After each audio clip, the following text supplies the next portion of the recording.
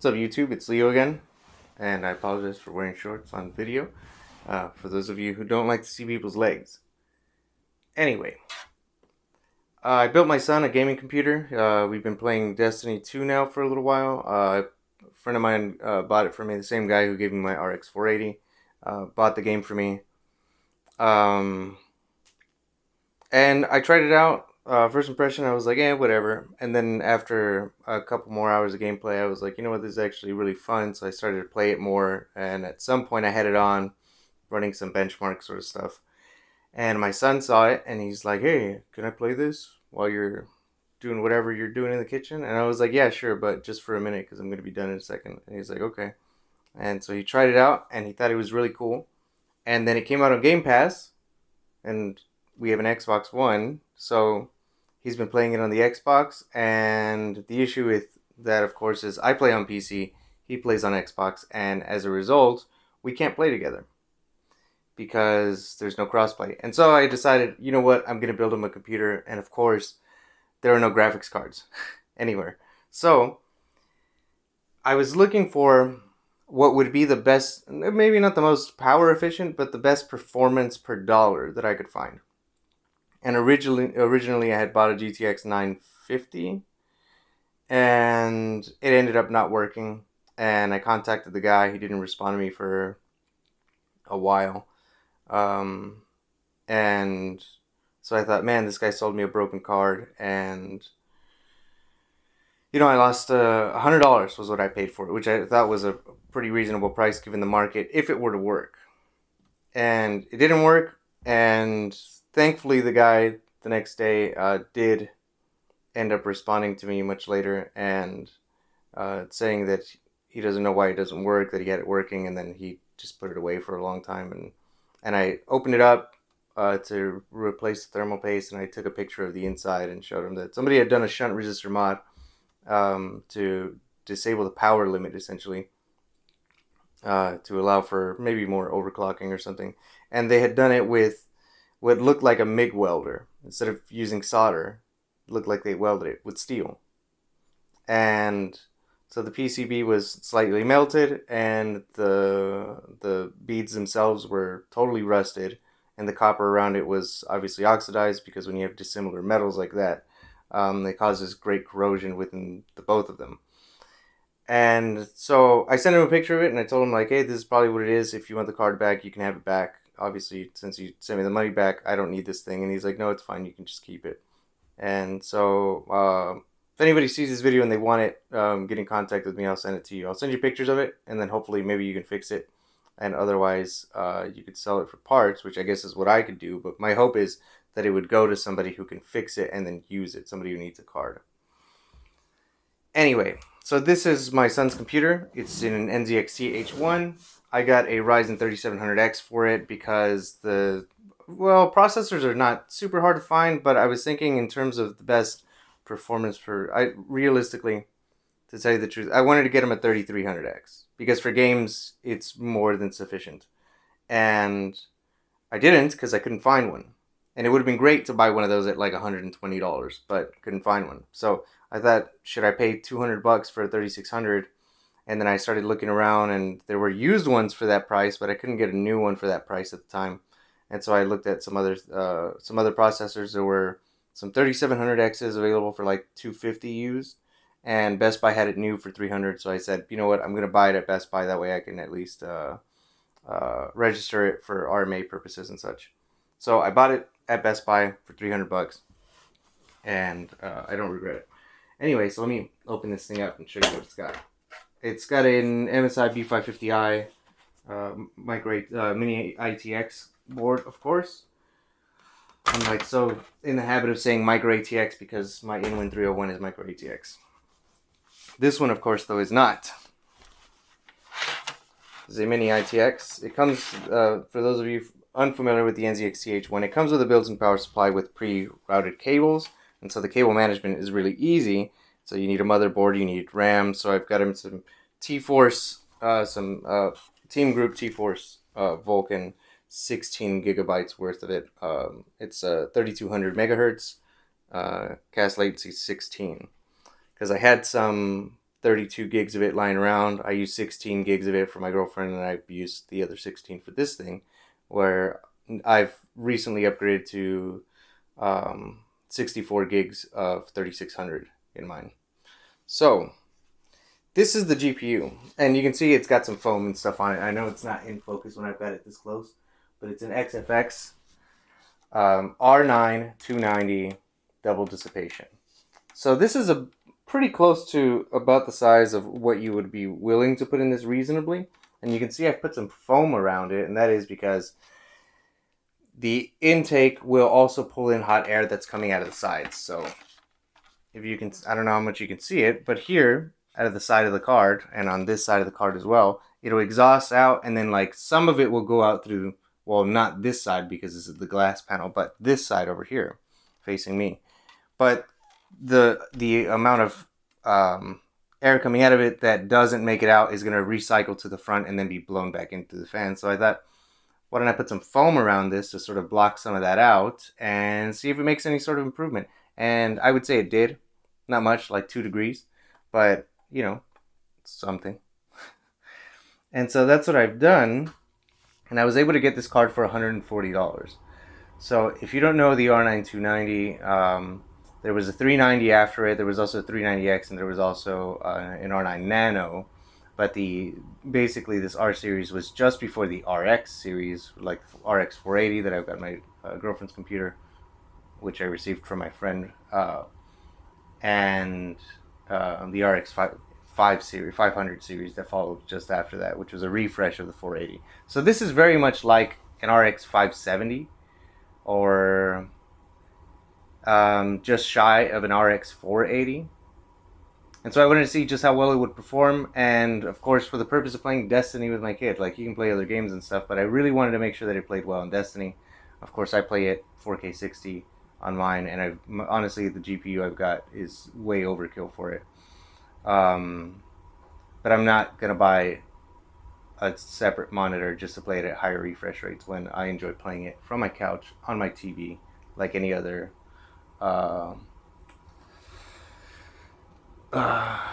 previous console player.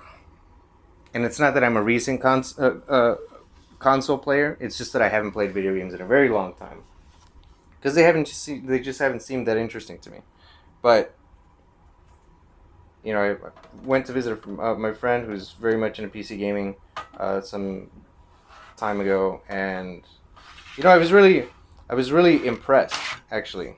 It was like the first time that I really enjoyed playing video games in a long time, and I think it is because you for 2 reasons. One is you get to tinker with the computer, which I think is cool, and the other being that it really looked so much better than anything consoles had to offer at the time, because he's got an RTX 2070 Super in his, and at the time it was like Xbox One and PS4. So, you know, by comparison, his was excellent to be able to play some games at 4K 60 and to be able to play other games easily at 4K 1440 60.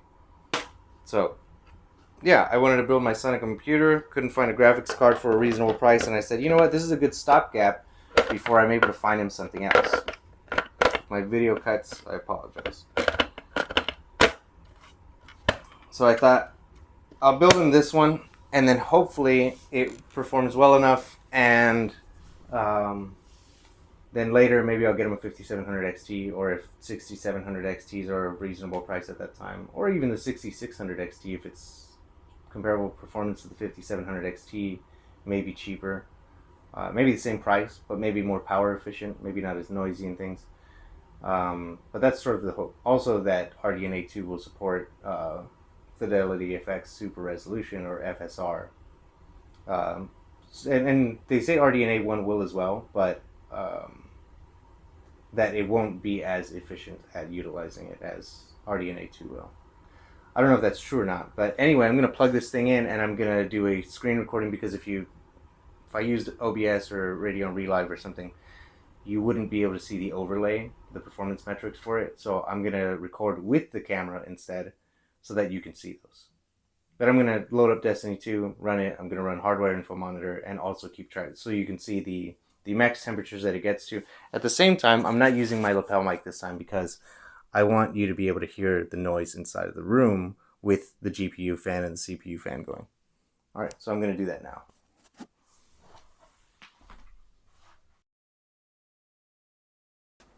All right, so here we are on the desktop. There's the computer over there. I'm going to be playing with an Xbox remote, and I very much recommend, I don't know if you can see it, but there's a dongle on top of the PC. And I very much recommend to anybody playing on Steam with an Xbox controller to get one of those, because there's a lot of frame drops that occur when the Bluetooth is looking for, or the PC is looking for the remote. And so whenever I'd like cover the remote with my hand a little too much, or I'd be behind something, it would behave horribly. It would just, it's terrible. And that's honestly, that's the problem with the Xbox Series X remotes as well. So you can undo that by just getting a dongle. The issue is you can only connect one remote per dongle, I believe. So for single player, totally a viable reason to get one. But for anything more than that, it's actually kind of really annoying that there's not really a fix for it yet. In any case, I'm going to launch Steam, and we're going to keep an eye on the metrics. I know it's overblown right now, but hopefully it'll be dark enough in the game. And so you're going to be hearing exactly what I'm hearing.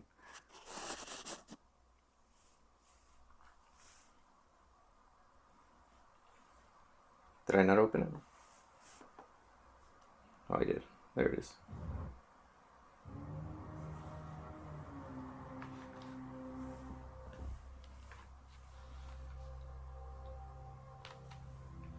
So let me show you real quick in Radeon settings how I've got it set up. So I've got it set to 1100 megahertz. Radeon software, for whatever reason, when I was trying to change voltage, so I was trying to undervolt it, it just wouldn't change voltage at all, according to Hardware Info Monitor. So I just left that as is, and I turned down the power limit, which does turn down the amperage, in turn lowering the wattage without changing the voltage. But this is the lowest I could set it while it's still being able to maintain its 1100 megahertz pretty much at all times. Anytime that it's not performance dips due to the game engine. So I've left, as you can see, the VRAM tuning alone. And the fan tuning is also at stock for this card, which, of course, all cards are different. So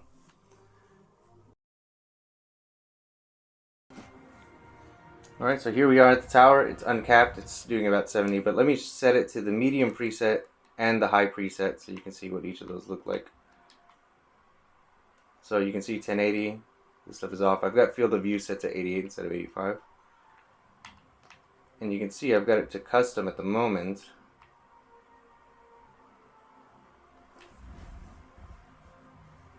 Which is basically the high preset, except for the texture and isotropy, and the I think anti-aliasing is not set to FXAA for high preset, and I've also turned off depth of field. Okay, so I'm going to set this to the medium preset.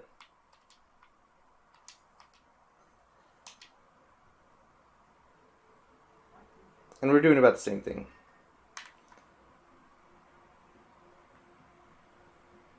And it's going to look a little choppy because this is a 60 hertz TV and I'm letting it run freely. And non-variable refresh rate TVs don't really like it, so it looks jittery even though the frame rates should be better.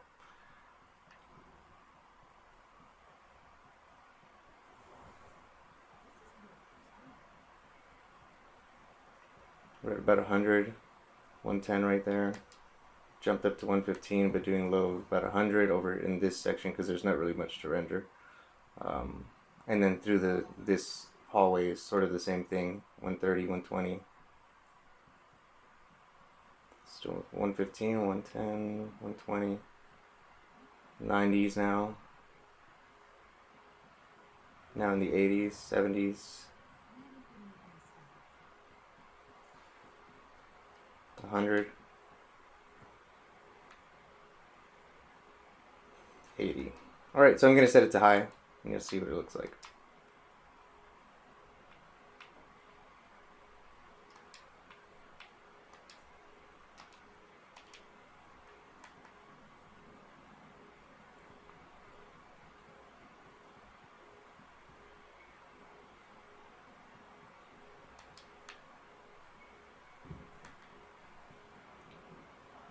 course, these areas don't really matter too much. I mean, you just go over here to talk to the couple of people you need to over here for your clan bounties or whatever. And the frame rates over here are much better than they are at the main part of the tower. And then, of course, this doesn't exactly show the performance on any of the individual planets or moons. So I'll do that here in just a second.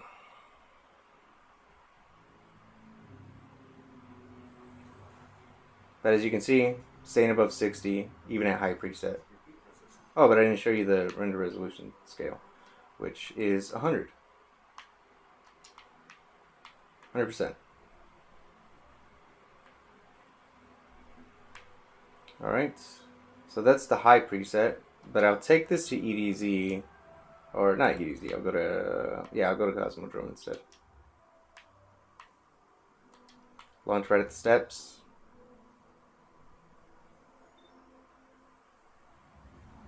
I guess I should be running hardware info monitor so I can show you the temperatures and stuff afterward.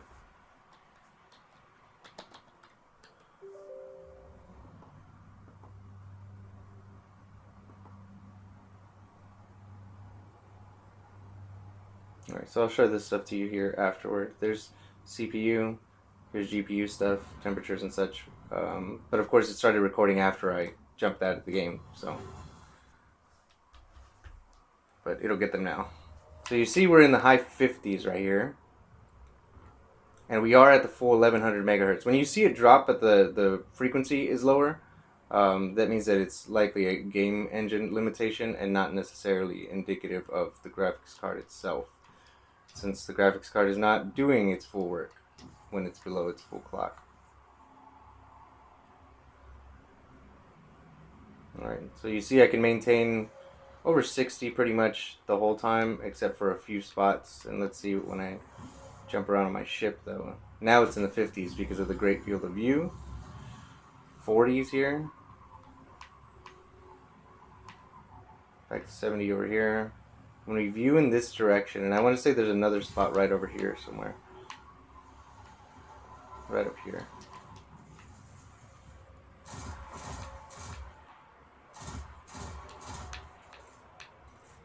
That when I look off into the distance, I thought it was here, but I guess I must be wrong. That there's a spot in particular that performs really terribly. Like, not horrible, but like 50 FPS. But you can see for the most part it's above 60, and now I'll switch it to medium. Oh, there's the preset right there. Medium. These freaking guys.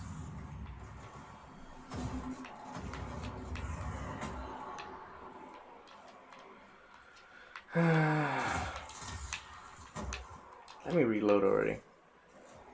In any case, so here we are running around, same area.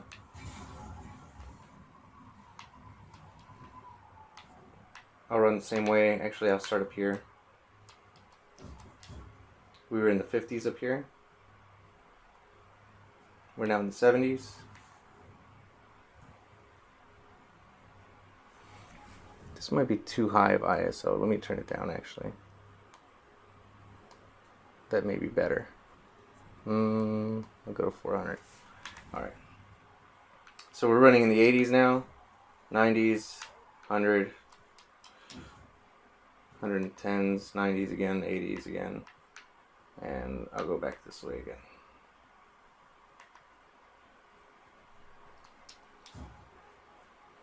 In the 90s. Should we kill this guy? We might as well, right?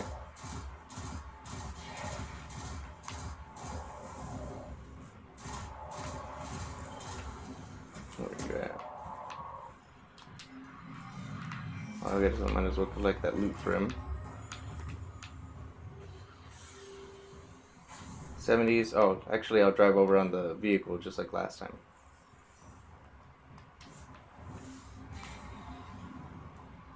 Dipping down to the 60s now, which is, of course, much better. And then I'll go back up to the same spot.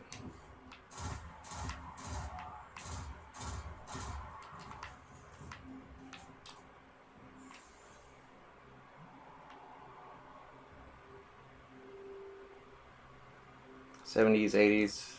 I would say at medium, you're not going to see this thing drop to below 60 basically anywhere at all.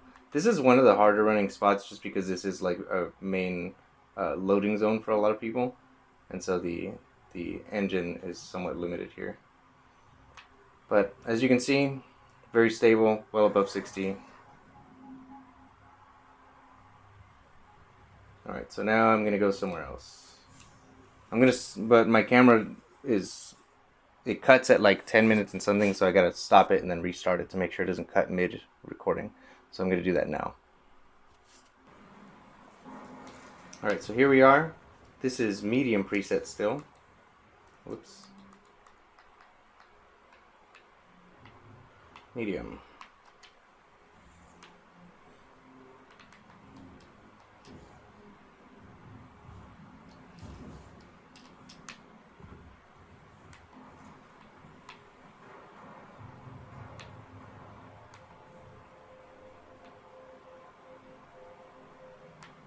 Nobody here? I was hoping there'd be a public event popping off right here or something. But we're in the 80s, 70s, 110s. Let's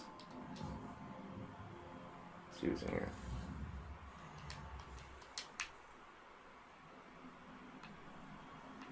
We'll get rid of the servitor first. Alright.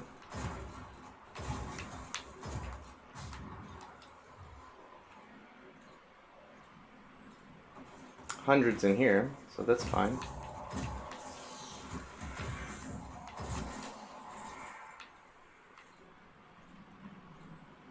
As low as the 70s in here.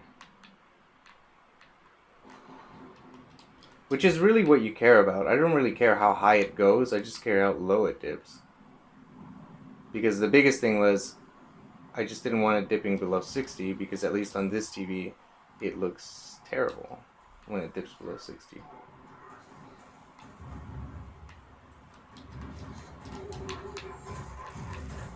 Come on.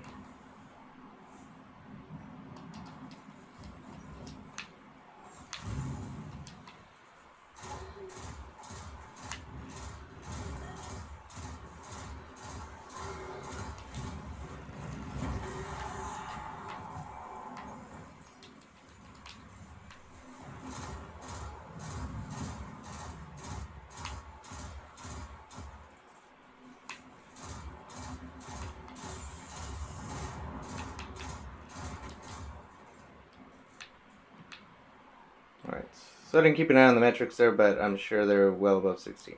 I'm going to switch it to high.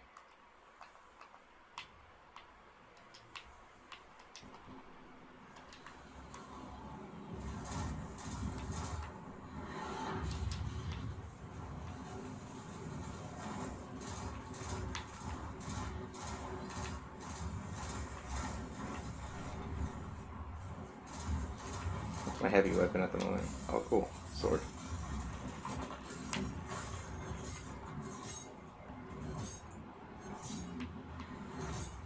Let's revive this guy before I die. Oh, he revived anyway. He respawned, I mean.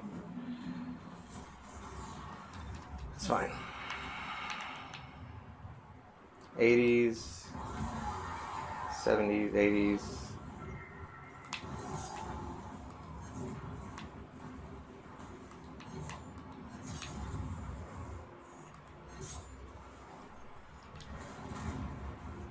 '80s still.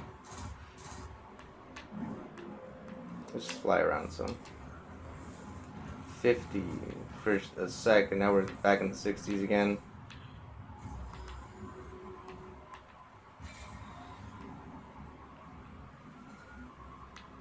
Still in the 80s at the moment, 90s. Yeah, there's not too much to render out here, which is why we're getting pretty high frame rates at the moment, in the hundreds. 90s. 80s again. We're coming into some more heavily trafficked areas, so we're going to be dipping down just a little bit.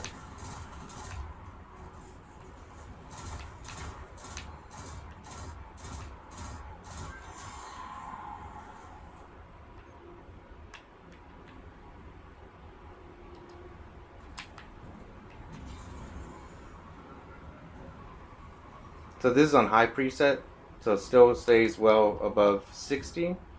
But I will say that the bulk of the difference between the two in terms of performance really is going to be that in high and in versus medium, you're using SMAA instead of FXAA, which is a little bit better, a little bit faster. And the biggest thing, texture anisotropy does change it a little bit. Like maybe, I don't know, when it's sitting in the 70s, it's maybe about 2 or 3 frames or so, which can mean something. The biggest thing, well, motion blur, which doesn't change a lot, but I don't like it anyway. And depth of field. I just changed depth of field to off. It does give a nice cinematic look, but it does hinder performance quite a bit. And actually, when you're doing PvP and stuff, you don't really want it. So, now here we are. I'm going to go fly back to the same zone. Well, we already did medium and high, so I guess it doesn't matter. But now I'm going to jump into a Crucible match and see how it performs there.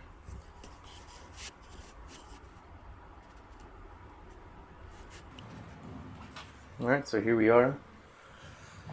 And we're going to do a Crucible match, Elimination, 3v3. And my son's KD is actually better than mine, so I hope I don't ruin it too much by doing this match. I don't know, he's done quite a bit of matches already, so probably won't make much of a difference, but I don't want to make it worse than it is.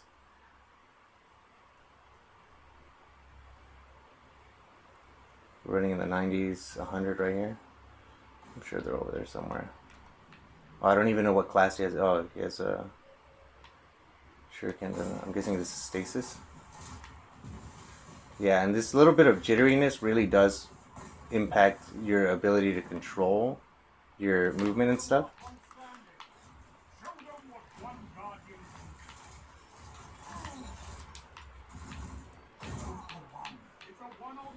He's up there.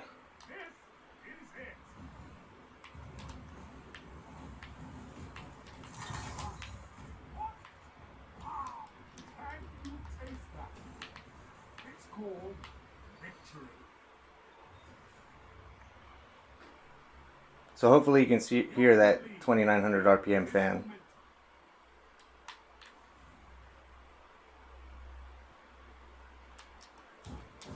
Sure, there's going to be a sniper up on top of the water tower here in a second. So I got to keep an eye out for him. Is he going to peek? Oh, man.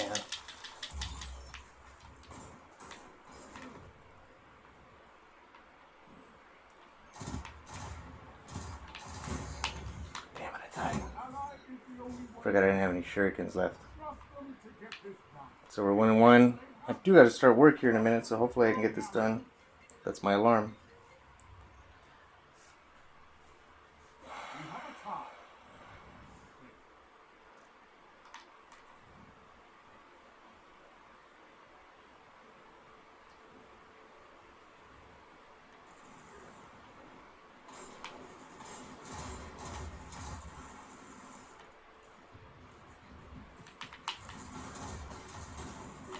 Ooh. Oh. Well, that guy just got me. Hopefully these guys will get him. There's 2 of them. They should do it. There we go.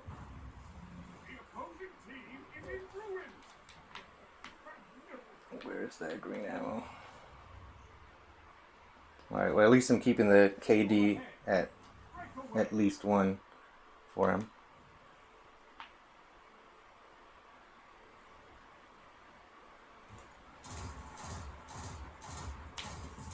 There's 1 down.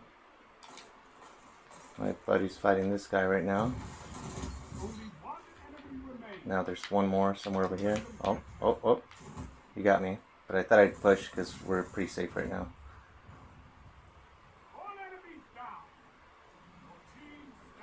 Alright. Hopefully we can just beat him right now. Straight to 5. That way I can get to work.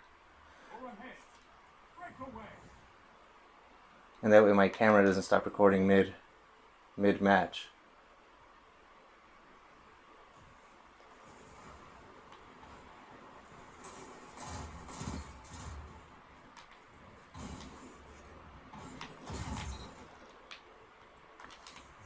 Yeah, this wall hack helmet is excellent. Oh, the other guy got me. Alright, alright. They're gonna do it. I still got my cooldown for my revive. Yes, they got him. Alright, so we're 4-1 right now. Alright, so if we win this next one, then I can start work without having to drop out of the game.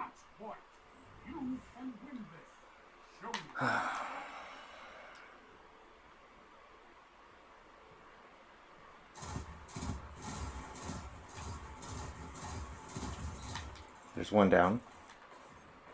Only one enemy remains. Don't let them catch their breath. Your ally is the only one left. Got him. Trust them to get this one. Alright, so that's it. You can see the performance. It's pretty good. This is with my custom setting, of course, of it's basically high with FXAA 2 times instead of 4 times anisotropy, and motion blur off, as well as depth of field off.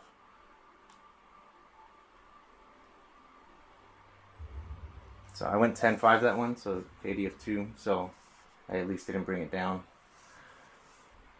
Anyway, I hope you've enjoyed this video, and I hope you can hear the GPU enough. I'll actually bring my mouse over to it and give it a little bit of a click. Let me grab my mouse.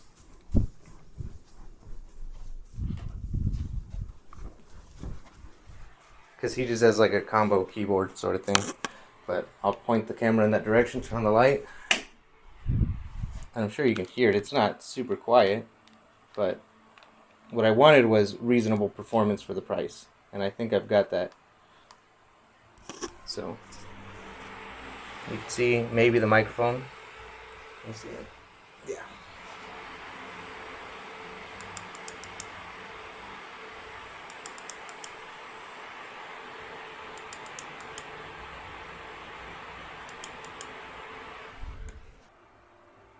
Yeah, so that's the computer. It's an R9 290 in there for the GPU.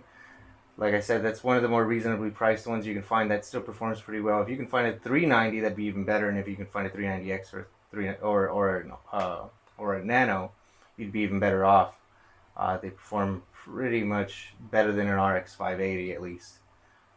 So you can, easily game at 1080p 60 high, or even ultra in a lot of games. Where this can do more or less 1080 high 60 in some games. But not quite as well.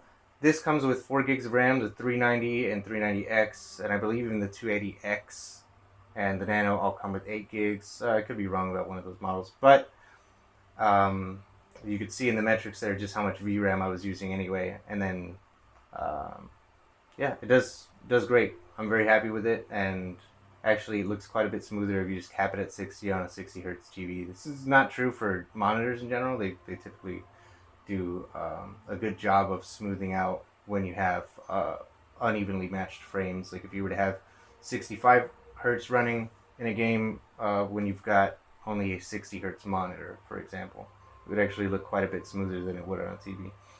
A couple of things I should maybe mention for the R9. It doesn't support 4K 60. Which I know you can't game at 4K 60, but you're using it for a PC, so like you can't even watch YouTube 4K 60 unless you use a display port. So if you have a monitor, not a problem.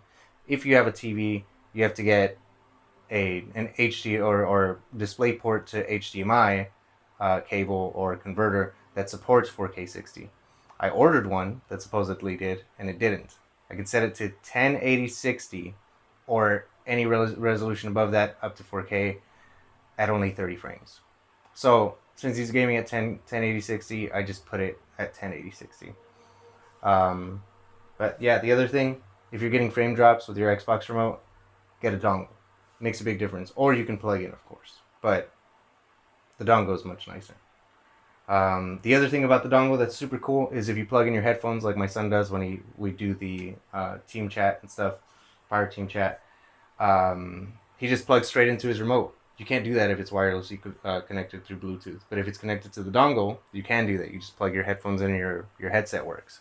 Your mic works on it. So I would have liked to do an actual screen recording with Radeon software or OBS or something, but the overlay wouldn't show up in it. You'd only be able to see that really tiny FPS counter in the top left for Steam, and so I decided to do it with my camera. I hope that's alright with you guys.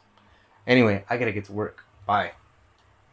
The one thing I forgot to show was this: what Hardware Info Monitor has to say about mic temperatures and such. Unfortunately, the GPU I think only uses a couple of sensors as opposed to like all this stuff says that it was a max of 75, but I'm sure it wasn't all exactly the same. But 75 max, 2976 RPM for the GPU fan, which you can change it, not with Radeon software. Radeon software didn't really make any changes on it for me, but I was able to use MSI Afterburner to do it. But I would say if you turn it down to like a max of 2600, which is significantly quieter, it will jump up to about 80 degrees. Okay, and here's the GPU VRM, 99 and 66 respectively for the two sensors, and the other one says the same thing. And for CPU,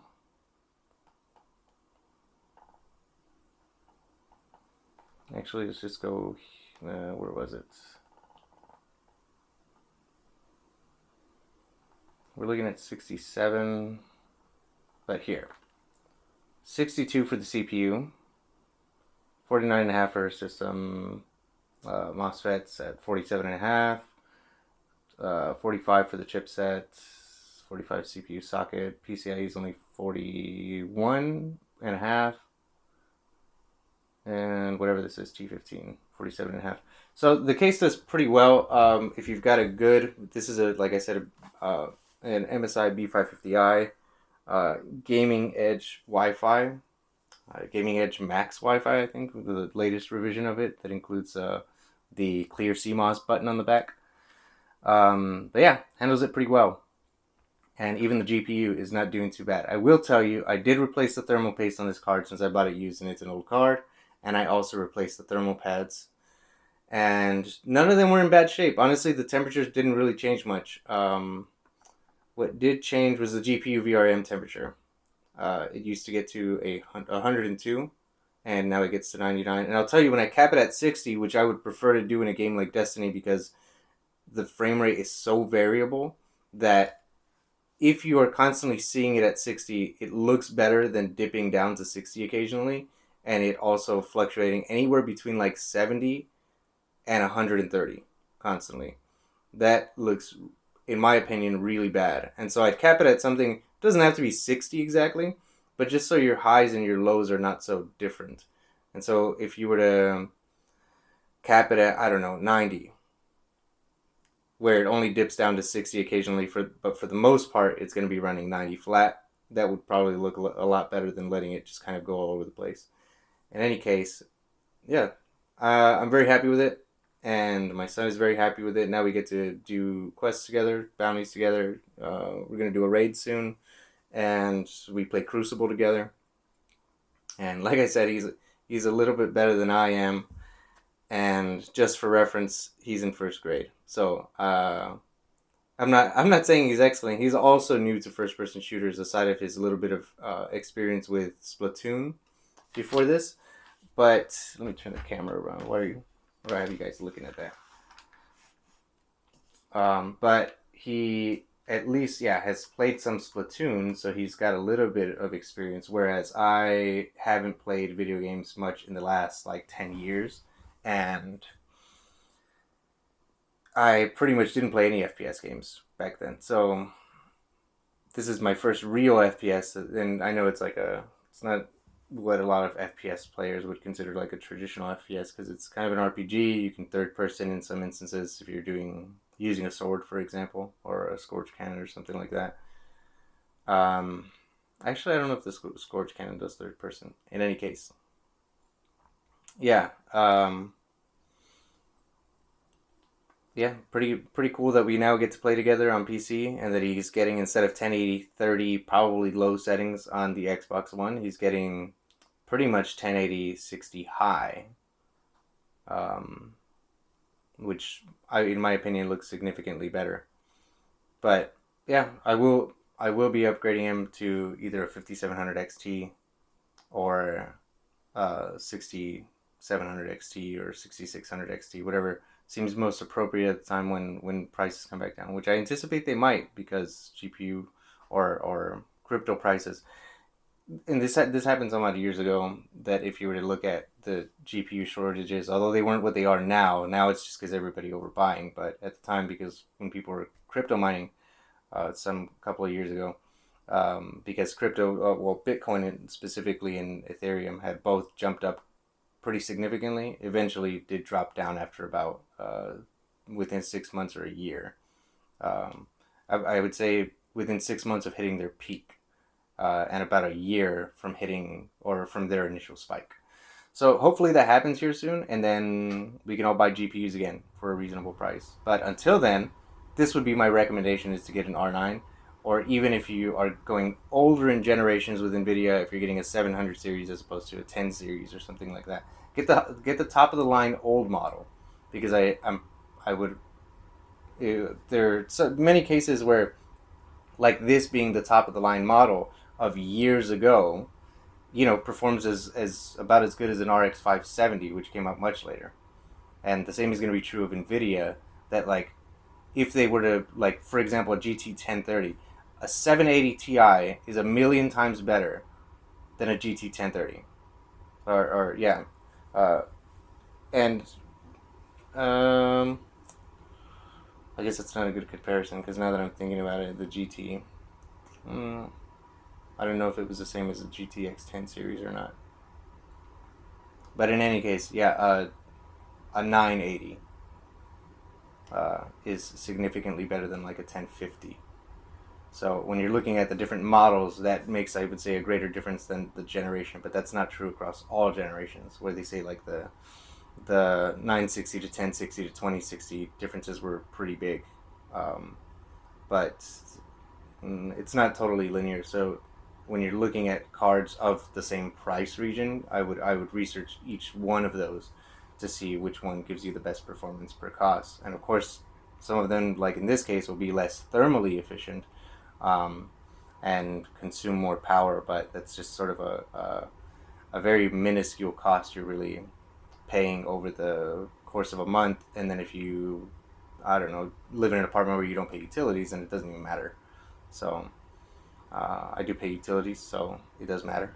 But that is significantly better than me overpaying for a $400 card by as much as $800, because there's no way I'm going to spend $800 in extra electricity playing with this card at 200 watts versus, I don't know, an RX 480 which runs 120 watts or something like that. But I know, long-winded video, but I thought I'd show it with the overlay, because that top left counter is not, in my opinion, enough to really give you an indication of how well something performs. And then without somebody explaining what settings they're using, that sort of doesn't give you the whole picture. So on the video now. Last things I wanted to mention, I know I said that last time. The R9 290 showed no display when I first put it in. I used DDU because I was using a GT 710 to set it up, which you can't game on, even in Destiny, at the lowest settings at 50 or 25% resolution, at like 720p or something. It does no more than like 20 FPS or something like that. So it's horribly bad. But I couldn't get it to post, and so I used DDU, and it still didn't work, and finally figured out. So I had it in UEFI mode when I was testing my RX 6800 in this case to see how it would perform. But you got to switch it to CSM if it's in UEFI, because the R9 290 didn't support UEFI. So I found this out when I called XFX, and the guy who helped me, who I think, if I remember correctly, his name was Mark. He was super knowledgeable. He said he had diagnosed so many R9 290 issues from having worked with, or for XFX for, I don't know, 15 years or something like that. And prior to that, I had called MSI to see if maybe it was an incompatibility issue with the motherboard and the GPU, and they were really hard to get a hold of. Their chat people would give me one response, and then I would explain my issue to them, and then they would end the chat. This happened several times. they're terrible at this, and I'm not the only one. I've looked online for things regarding the MSI chat disconnecting, and apparently a lot of other people have reported similar issues. I don't know if this is on purpose, but I would suspect as much. And when I finally called MSI, it took about an hour to get to talk to somebody. And it was basically like some new guy kind of just reading from a script or typing in how to solve common issues and things like that. And then he asked me if it was on the compatibility list, and I said, I don't know, is it? And so I went on the website and I said, just give me a second, I'm going to look it up. And so I looked it up, and it did list basically every AMD card for the last 10 years and every NVIDIA card for like the last 10 years. And then he asked me who makes the card, and I told him it's XFX, and he's like, oh, that's probably why, because they're not listed under that. And I said, look, I understand that XFX is not listed there, okay? Neither is any other third party, like board partner. All it lists there is AMD and NVIDIA. This is an AMD card. It's made by XFX, because AMD doesn't make their own cards. Even their reference models are made by the other third party, board partners. And so this guy said, yeah, it's not on the compatibility list, so I don't know, maybe that's the issue. And I said, all right, well, thanks for your help. And proceeded to call XFX immediately afterward. I was on hold for maybe a minute and a half, and then this guy answered and said, hey, have you checked if it's on GSM? And I'm like, I'm pretty sure I didn't set it to or UEFI. And I said, I'm pretty sure I didn't set it to UEFI. But I had, because I wanted to enable resize bar when I was testing my 6800 in there. So I set it back to CSM. Lo and behold, it worked. So if yours isn't posting on your newer system, check that it's not in UEFI. It needs to be in CSM. Also, I like my MSI motherboards because they are the better performing boards according to some benchmarks I've watched, and in my experience, they do perform well. But in contacting MSI for a few different issues, I absolutely hate dealing with them. So that's my 2 cents about it. If you're going to buy an MSI product, it'll probably be pretty good. And they probably won't help you if it doesn't work. Because, yeah, in my experience, and not just my experience, but a lot of other people's experience as well, from what I've seen, MSI's customer support is basically non-existent. So just keep that in mind if you buy a product from them. And I'm sure maybe some of the other manufacturers also are not excellent or not up to par for some of their customers, and everybody will have their complaints and stuff. But I've contacted MSI on several issues already, including issues with one of my other motherboards. And yeah, their chat people don't help, and it takes really long to get on the phone with somebody, and they don't seem like they're super experienced or really greatly knowledgeable in their products. Like the guy asked me when I told him what motherboard it was. He asked me if it was micro ATX, and I was like, I'm pretty sure you should be able to just find it on the spot, since I just gave him the serial number, and it would be listed as a mini ITX board. And then he asked me also what gen of PCIe it supported. It supports Gen 4 since it's a B550 board.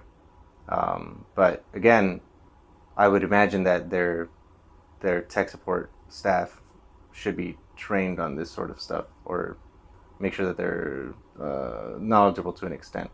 Anyway, I do have to get to work. Yeah, bye.